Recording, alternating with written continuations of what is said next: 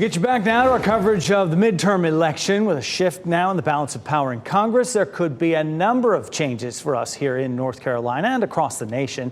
David McLennan, a political science professor at Meredith College, joins us live now to explain some of that uncertainty. Never dull. It's still not over nationally, David. Wiley Nickel, though, let's bring it to our level here in North Carolina. Winning District 13, a bright spot for the Democrats in what was a good night for Republicans. What is that saying about North Carolina right now? Well, right now, what Wiley Nickel's victory means is that we have a congressional delegation of 7 Democrats and 7 Republicans. But I think it's worth noting that the maps used in this election will not be the maps used in 2024. So we may see Wiley Nickel's tenure or someone else on the Democratic side have a very short tenure in the Congress. However, for Democrats, it was a good outcome. And it may help stem the Republican tide in terms of taking control of the U.S. House of Representatives. And we've spent a lot of time this morning, David, talking about the supermajority. The Republicans achieved it in the Senate, just missed it in the House. Republicans flipped the Supreme Court. There are some key issues, as we know, abortion rights, gun laws.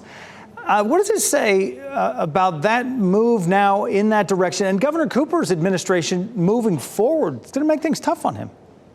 Yeah, he woke up this morning thinking that a lot of his legislative agenda that he wants to accomplish in the last 2 years is going to be much more difficult. Just on some key issues, something like redistricting with the Republicans in control of the Supreme Court, that's going to make that more difficult for 2024 for the congressional seats. But if the Republicans chose to put forward a stronger abortion bill or make some big changes to the budget, you know, with only a 1-seat advantage in terms of the supermajority in the House, Governor Cooper has to work to make sure that he can keep all his House members together on the Democratic caucus. So on a lot of key issues, Jeff, this is going to make it much more difficult for Democrats to compromise and work with Republicans.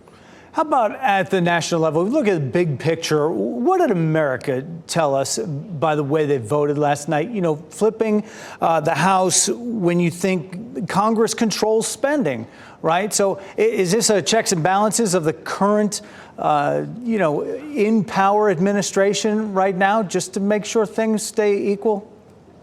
Well, if things work out where Republicans control the House and Democrats maintain their control of the Senate, you know, that's going to be, I think, important moving forward because, again, Republicans who may want less spending and want other kinds of bills passed, you know, they need the Senate to go along with them. But I think what the message was from voters was kind of mixed. In some ways, they said, let's have some change from the current administration and the Democrats being in control of the 2 chambers of Congress and the presidency.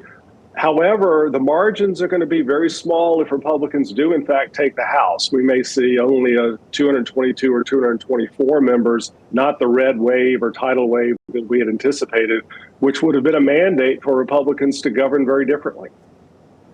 All right, David, our time is there, and I appreciate it very much this morning. The political science professor over at Meredith College, David McLennan, joining us once again. You're always there for us, and we appreciate it. Thanks, David. Thank you, Jeff. We've learned overnight Democrats will stay in power on the Wake County School Board. In all, 7 Democrats and 2 Republicans will make up the board. That includes 5 newcomers. Most current members chose not to seek re-election. In the coming year, the board will tackle issues including learning loss, staff recruitment, as well as school equity.